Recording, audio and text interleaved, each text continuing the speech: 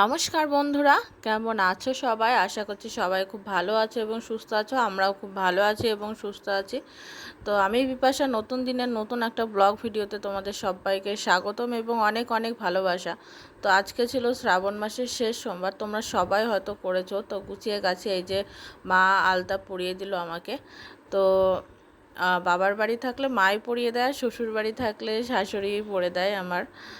তো আমার শাশুড়ি খুবই ভালো মানুষ, যারা চেনে তারা হয়তো জানে আর কি, কোনো কিছু বললেই সেটা কম হয়ে যাবে।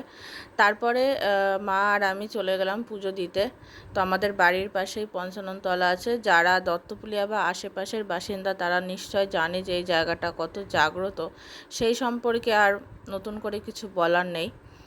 তো প্রথমে আর জায়গাটা খুবই মনোরম এবং চুপচাপ।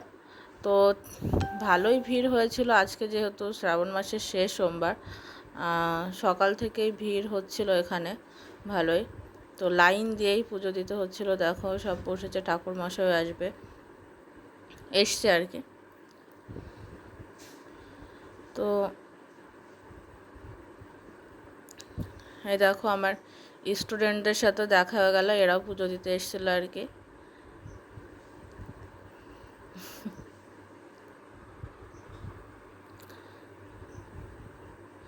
দেখো বেশ ভালোই ভিড় হয়েছে। আর তোমরা কে কে শ্রাবণ মাসের শেষ সোমবার পালন করলে এবং সবগুলোই করলে সেটা অবশ্যই আমাকে জানাবে।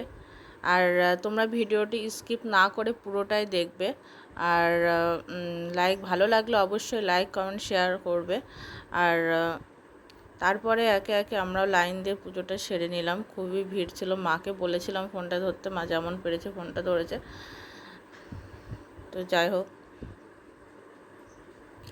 আর আমার ভিডিওগুলো কেমন লাগছে তোমাদের সেটাও অবশ্যই কমেন্ট করে জানাবে। তারপরে এই যে পুজোটা দিয়ে নিলাম, খুবই ভিড় ছিল।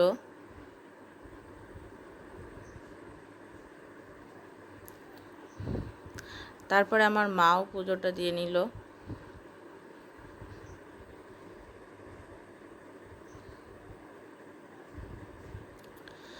তারপরে পাশে ছিল ষষ্ঠীতলা, সেখানেও সবার পুজো দিতে হয়, সেখানেও পুজো টুজো দিয়ে নিয়ে তারপরে আমি আর মা আস্তে আস্তে বাড়ি ফিরলাম। তো ভিডিওটি এই পর্যন্তই, আজকের মতো টাটা বাই, সবাই ভালো থেকো।